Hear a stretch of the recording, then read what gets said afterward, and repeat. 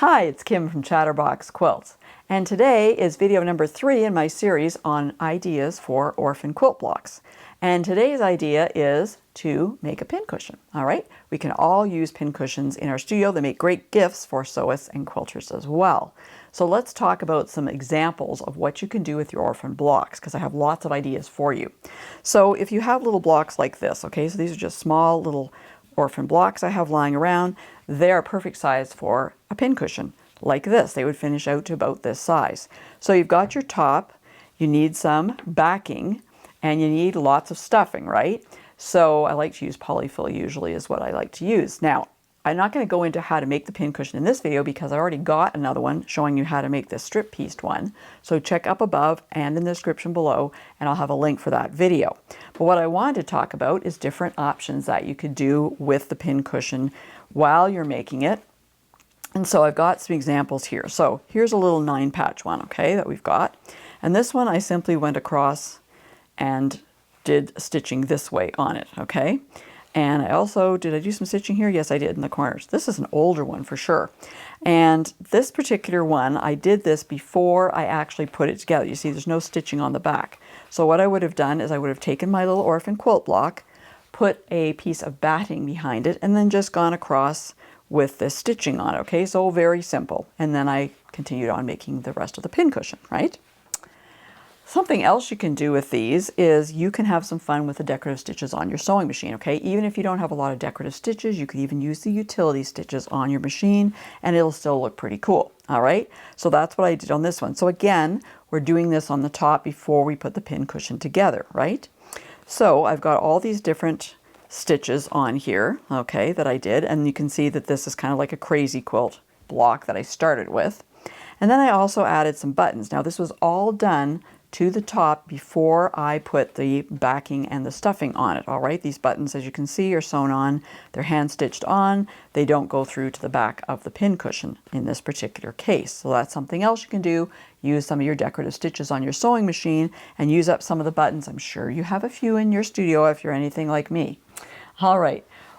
Now on this pincushion, this is a log cabin block that I had. On this one, what I did is I did some hand embroidery on it. So I started in the center and I went around kind of like a spiral, kind of a square spiral, if you will, using some hand embroidery thread. And then I added the button as well. Now you can have fun putting these buttons on as well, okay? So on this one, I've done a cross as I stitched it on, all right? Sometimes you can go, you know, this way and down and up and kind of around. So you can have fun by how you stitch your button on too. But again, all done before I put the backing on. But you can do something a little bit different. Now this is a similar one. This is a pinwheel block that I had. You can see that I've put some hand embroidery on here too. I've used some contrasting thread on here so you can see it, and just a simple running stitch. And then I've added a yo-yo in here and a button. Now this time, the button does go all the way through. So if you're trying to do something like this, a longer needle is helpful to go all the way through. And you've got to really pull it and hold the button in place and pull it to make sure it's nice and tight. Now there's different ways to make yo-yos. And my favorite way is to use these Clover Yo Yo Makers. They come in different sizes. I have used a small, I think a small, maybe an extra small for this particular one, but they come in 4 or 5 different sizes.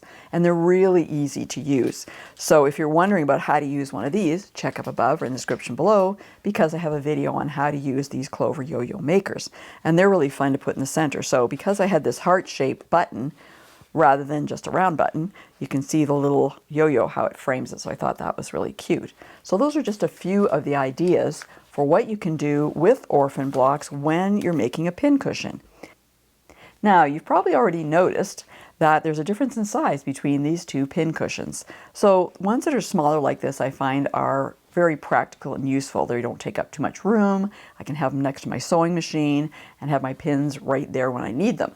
Ones like this are a little bit bigger. You can certainly still use them as a pincushion, but if you add your favorite button to it, or you add some really nice hand embroidery or decorative machine stitching to it, they look really nice as a decorative element in your studio, something that kind of brightens up your space. So I like to use them as shelf sitters. You can certainly use them as pincushions too. Now, I hope you've enjoyed learning about different ways you can use an orphan block to create a pincushion and the various embellishments you can add to your pincushion. And because they're small, it doesn't take much time to do that. And if you're wondering what else you can do with orphan quilt blocks, don't worry, I got you covered. Check out this video that has all the information that you need. And for more helpful quilting information, be sure to go to my website at www.chatterboxquilts.com.